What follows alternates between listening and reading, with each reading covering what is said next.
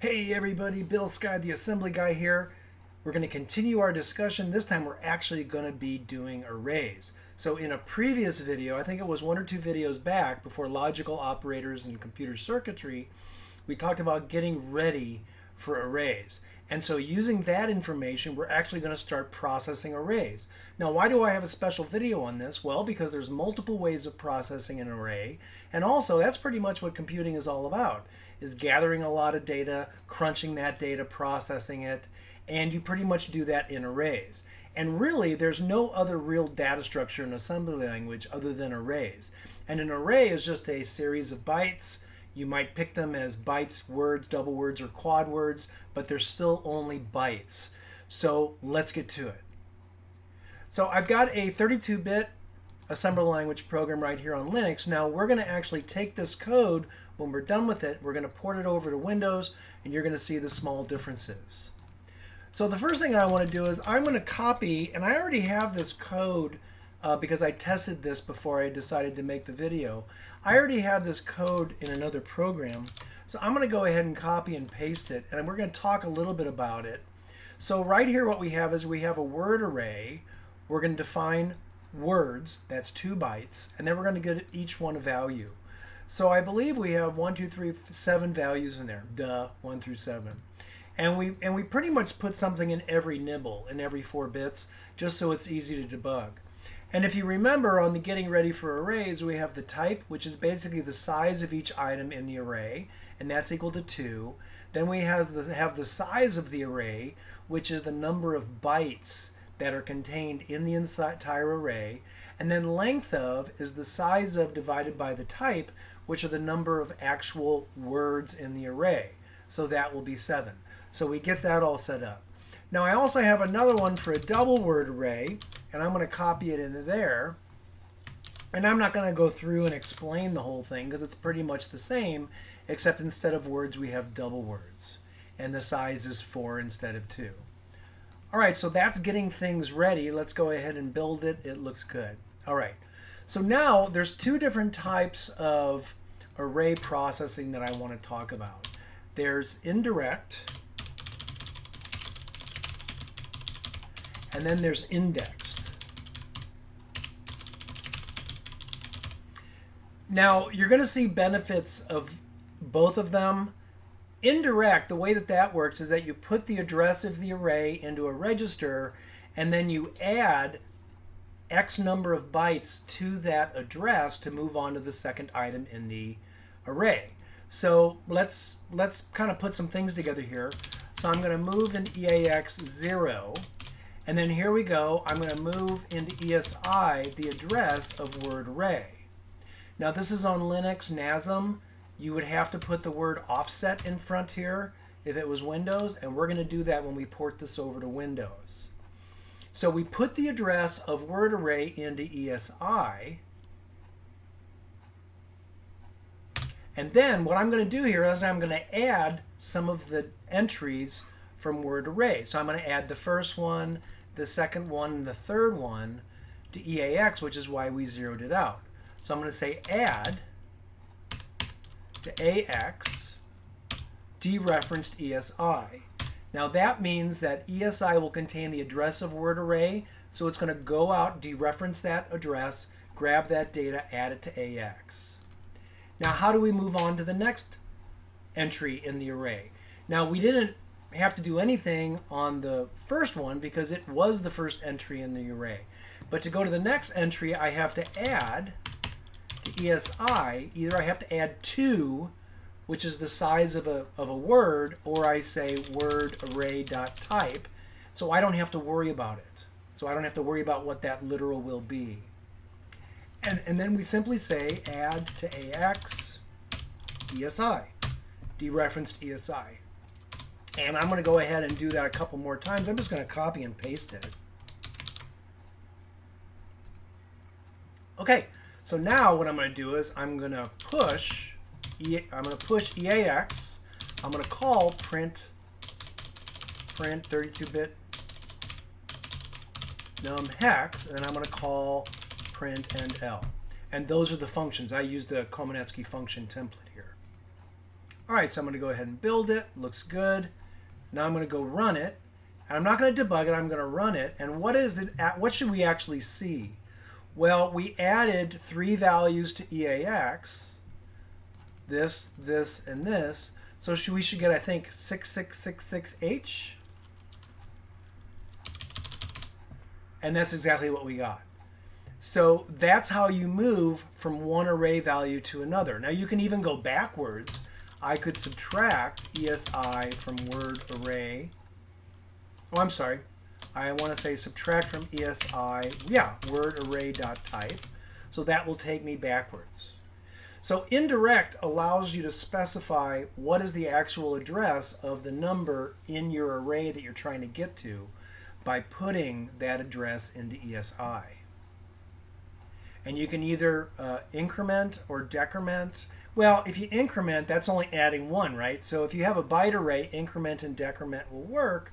However, if they aren't bytes, if they're words, double words, or quad words, then you have to actually add a value. You can't just decrement. I guess you could increment twice. Okay, so how would we do this on our double word array? Well, I'm going to move into EAX 0H. I'm going to move into ESI word array, the address of word array. And let's say we want to start at the 3rd number. So what I'm going to do is I'm going to add to ESI word array.type times 2. And let's see if that'll build. Yep, built just fine. So that's going to take me to, well, it'll be the address times 2 will be, so that'll be 2 times 2 is 4, so that'll take me 4 into there. So I think that'll take me to the 3rd item in the array.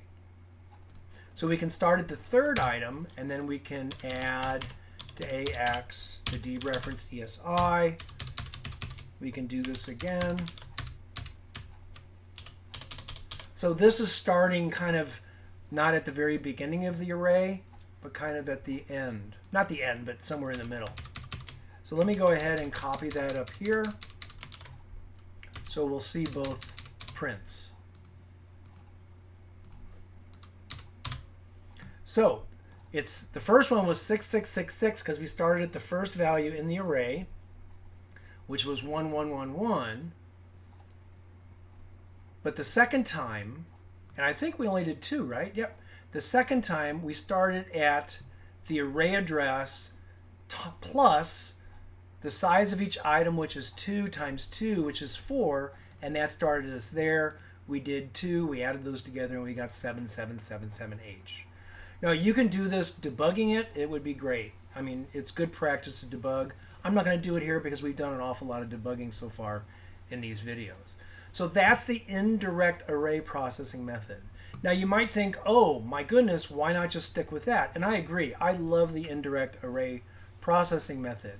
However, if you have a large number of arrays that you're dealing with, you have to keep track of each array's starting address. And you have to put that into a register somewhere.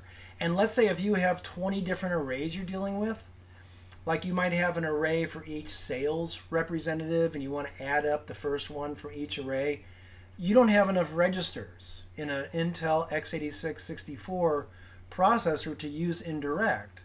So that's where indexed comes in. And for those of you that have messed around with Java, C, or C++, indexed is kind of the same thing. It's you give it the array name and then a square bracket with an index number. Now it's not quite the same, but let's look at an example. So I'm going to move into EAX 0. I always like to zero that out. If you want to, you can say X or EAX. It doesn't matter. Either one is going to zero out your array. So let's just stay with that for now. And as I said in an earlier video, they're going to be the same speed. Okay, so how can I move a value into AX without having to actually put the address of the word array into a register? Well, I can do this. I call this index method using constants. I'm going to move into AX, the dereferenced word array, If I want to put the second one in there, I can move into AX, the dereference word array plus 2. That's 2 bytes from the beginning of that address. Or I can say move into AX, the word array at position 4. Now, how do I know to do that? Because I know that each value in the array is actually a word, which is 2 bytes. So plus 2 means take me to the second item, plus 4 takes me to the third item. That's kind of nice. That's one way of doing it. Another way of doing it would be to move into, let's say, EDI a 0. And then what we'll do is we'll say move into AX word array square bracket EDI. So that will take me to the first item of word array. Then we say add to EDI word array dot type. We could have said comma 2 as well. And then we move into AX word array of EDI. So that this syntax right here is a little bit more like what you've been used to in C++, C, and Java. But instead of specifying an index number, you're actually specifying a size of each item. So it's it is actually the same as this. It's just a little bit different syntax. And we can add all those together. So I'm going to, let's say if we can add, let's see if we can go ahead and add those if that syntax is correct. Yep. So we can do the add as well, and then I'll go ahead and print it. And let's say if our number is going to be the same, it certainly is, it's 6666. So this is simply another way of doing it. And let's go ahead and do the same thing here.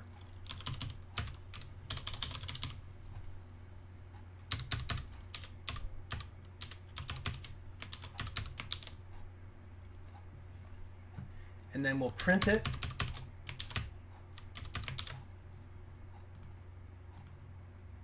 So we should see 6666 yet again. Oops, we see CCCH. Why is that happening? Well, let's take a look. So we add the, I think I know. So we add into word array EDI, where, well, let's see. We add into EDI the word array type. We add into EX. We didn't clear out EAX. So let's XOR EAX. So let's zero that out. That's why we didn't do it. See, I like using the same data over and over again using different methods because you can see right away if you've made an error. So there you go. So there's our 666. So that's yet another way of doing indexed array processing. Now, there's also another way that you can do it, is you can do another indexed method. Actually, I think we already did that, didn't we? Actually, we didn't. Let's zero out EAX. I can add to AX a word starting at word array 0. I can add AX a word starting at word array 2. I can add an AX a word starting at word array 4.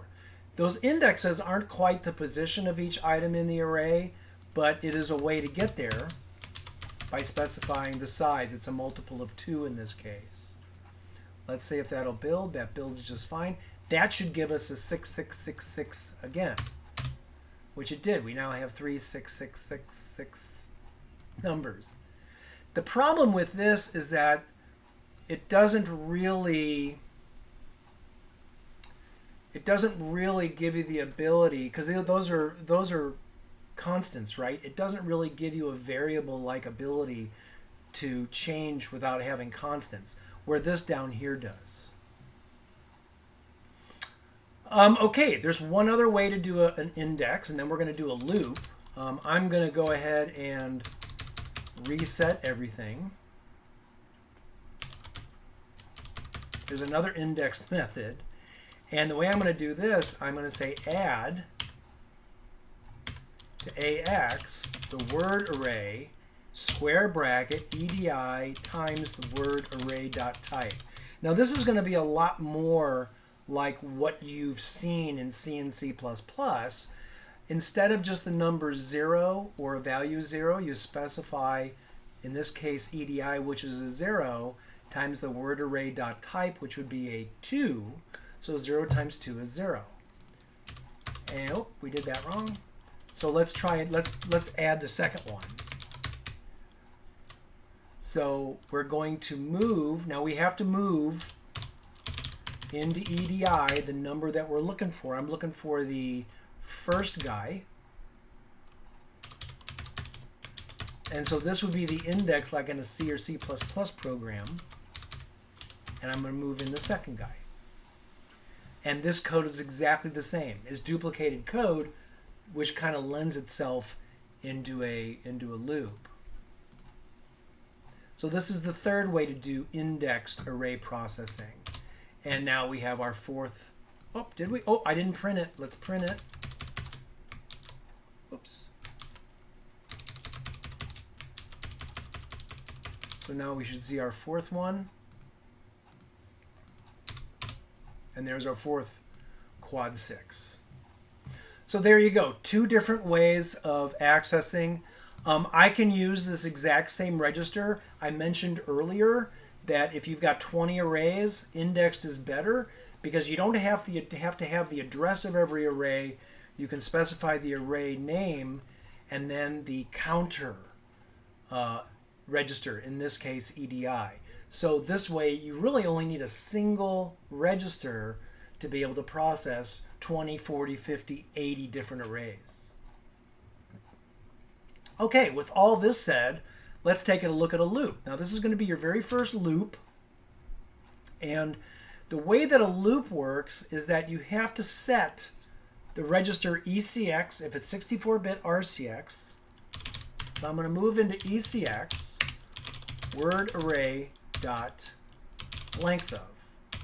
Now if you remember, length of tells you how many, in this case, words are in that array. So you move that in there. Now I'm going to do this as indirect. So I'm going to move into ESI, the address of word array. I'm going to move to EDI, 0. Not sure why, but let's see what happens. I'm going to move to EAX 0. That's our accumulator. So this is where comments. This will contain our sum, our counter for the loop, the address of the array we're summing up. And that's really all this loop is going to do. It's just going to sum everything up. And then EDI, I'm not really sure what I'm using that for. Oh, yep. Actually, I'm going to be using the indexed method. So this is going to be our index register. And really, since we're going to be using index method, I really don't need to do anything with ESI. I do not have to put this in there because we're going to use the indexed method instead of the indirect method. Actually, let's do both. So I'm going to go ahead and I'm going to do the so this is going to be the indirect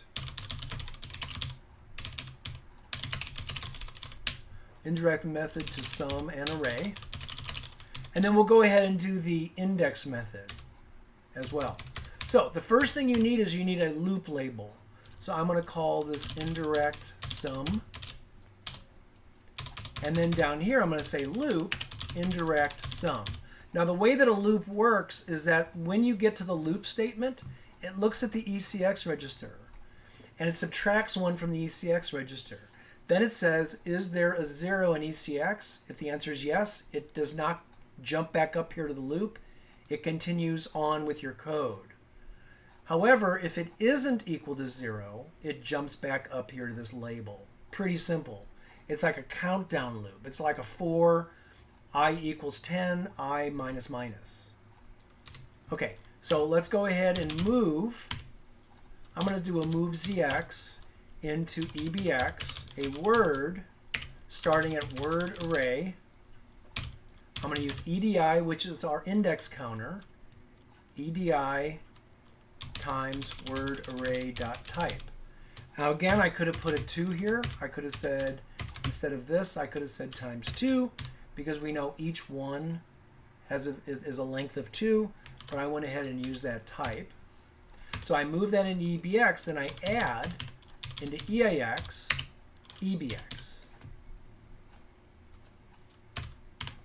And then I can increment EDI, and that takes us to our next entry in the array. So go to the next entry in the array, add the array value to EAX. Let's see if we could have just added, instead of doing that move ZX, let's see if I could have just said add EAX, comma.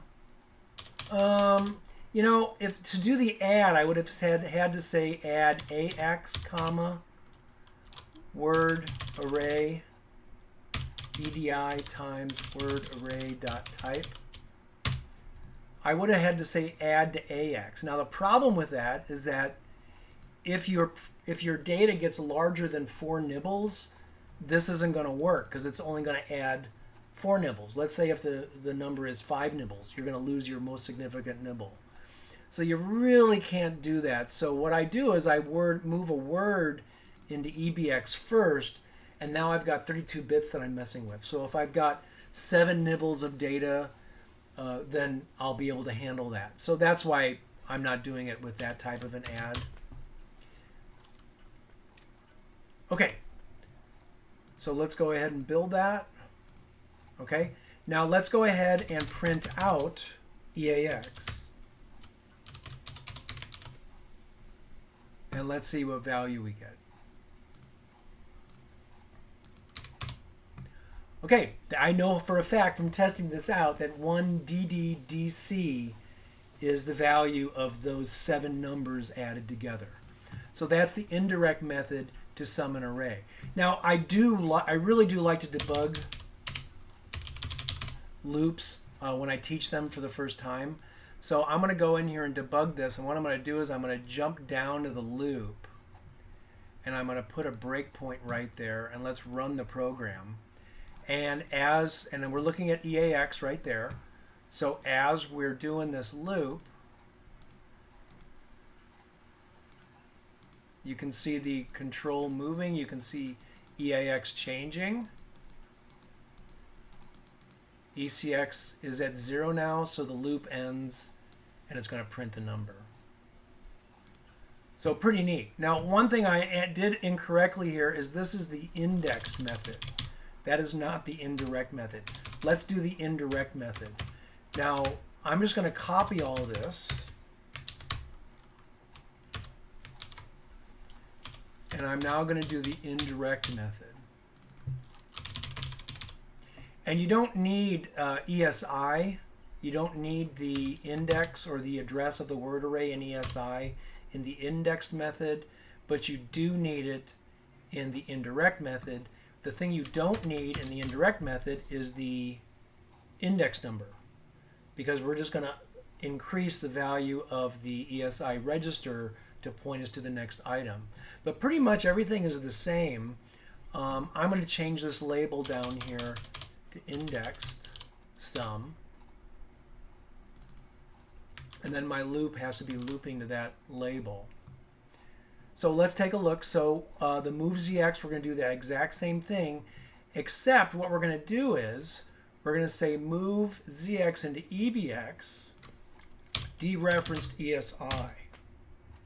So the indirect method is using the ESI register as the address of the number we're looking for.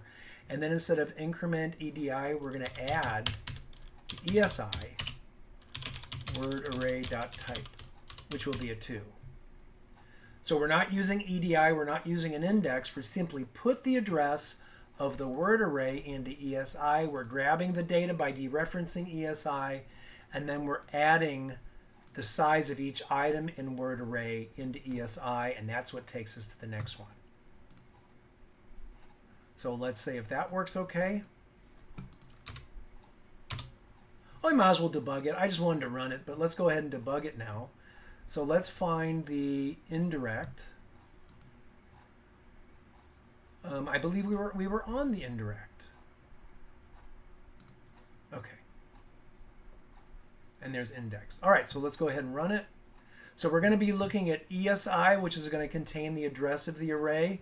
We're going to be looking at ECX for the loop and EAX for our total. So everything is set up. ECX has 7 in it because there's 7 items in the array. ESI has the address of our array.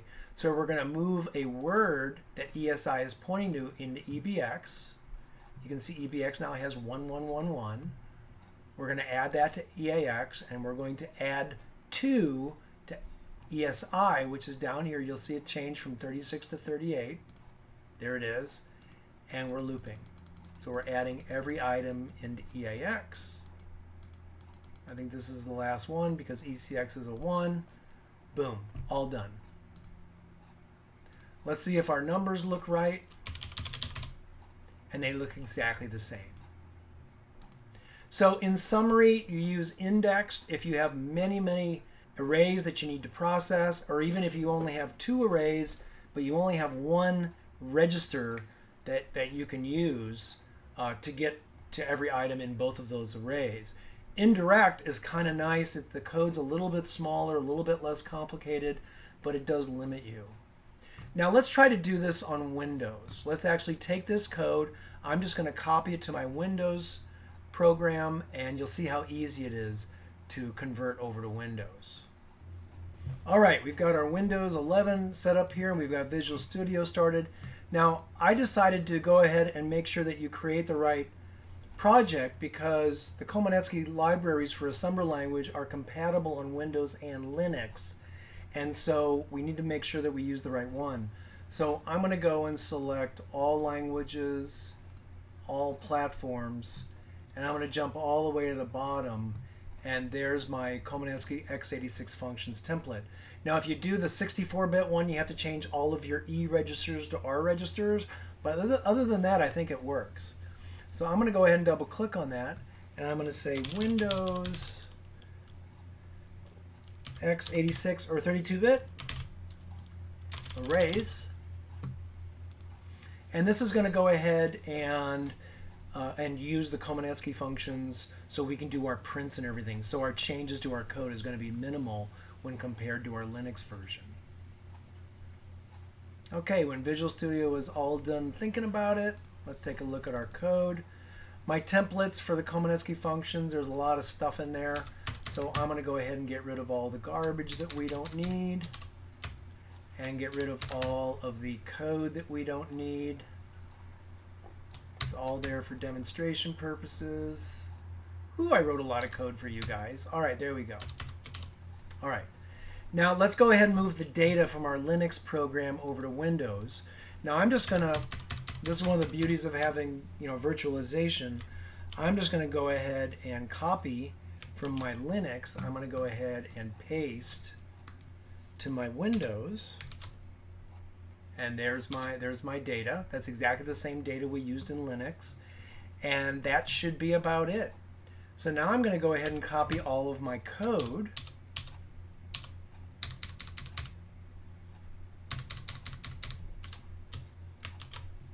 And place that in between my welcome. Let's make sure our indents look right. All right, great. Now, one thing, because I have experience in it, is whenever you move an address in Windows to a register, you must put the word offset in front of that, in this case, that array. So I'm going to go in here and I'm going to look. Yep, there we go. That needs an offset. I'm just trying to. Yep, it looks good. Looks like we need to put an offset there. This is also another nice thing about using the same register. I could just do a search for ESI, and wherever I see word array going into ESI, I could just move the offset into there. On index, you don't have to use that very much. You don't have to use that offset very much. We might be done. Let's go ahead and save and build it. And we're probably going to have 1 or 2 errors. Yep, we have some errors. Also, the biggest error is that we forgot to drop down x86 for 32-bit. So So let's go ahead and try to build again. All right. The other thing that we've got is that Windows does not support that nomenclature. So we're just going to go ahead and comment each one of those out.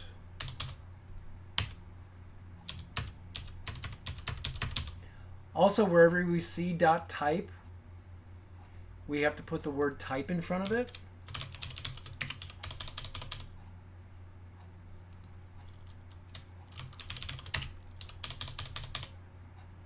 And if you want, we could just go ahead and continue to build and then just double click on the error.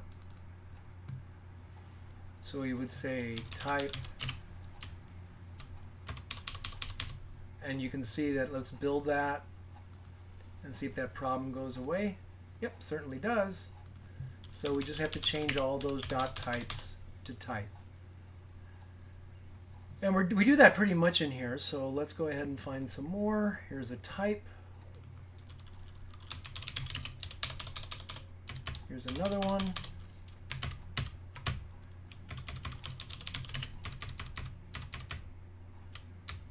Oh, there's a number of them here.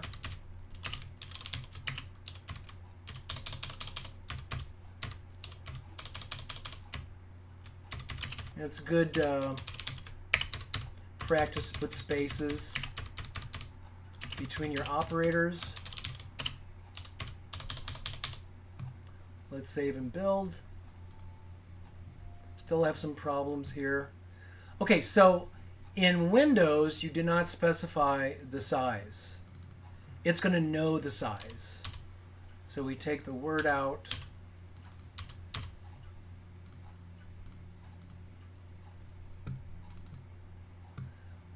Length of is also not used, just the word length of. So I'm going to do a find and replace.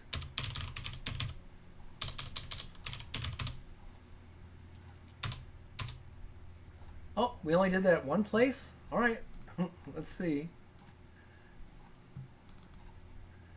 Oh, yep, so you don't use the word.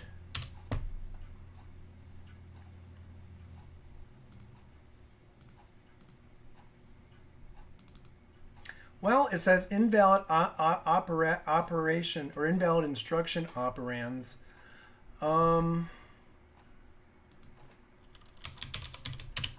Let's see if we put word in front, if that'll do it.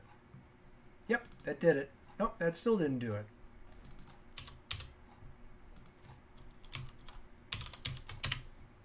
Let's make sure we had that right. All right, let's fix these other problems and then we'll go back to that. Oh, there's another type. I don't know why they didn't find the length of there.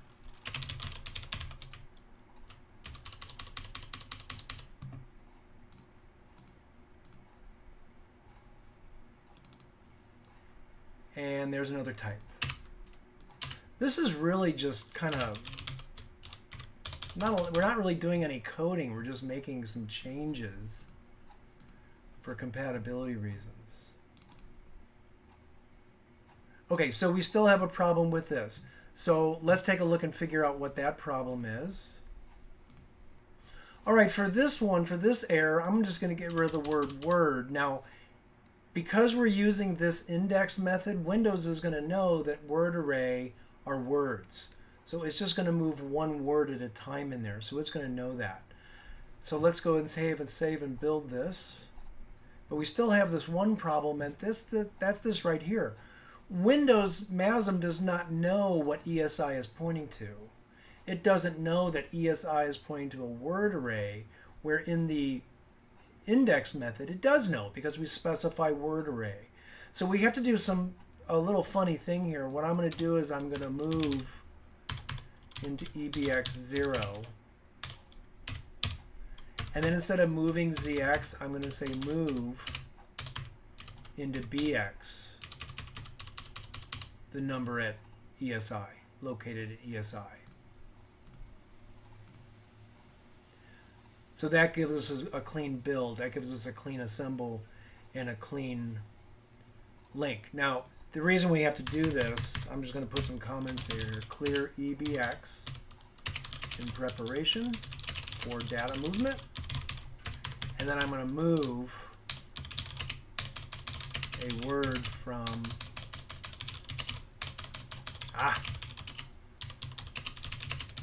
So I do the first one to make sure there's nothing above BX. There's nothing in the upper 16 bits.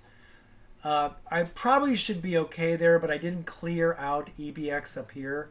If I don't want to have to do this every time, what I can do is I can move into EBX 0, and then I won't need this there. So that should make that fine.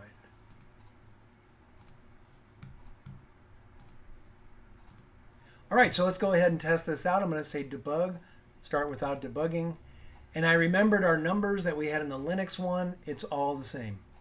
So all we had to do was take all the dot types, replace those with types in front of the array name. We had to get rid of all the dot offsets, put the word offset in front of each array name.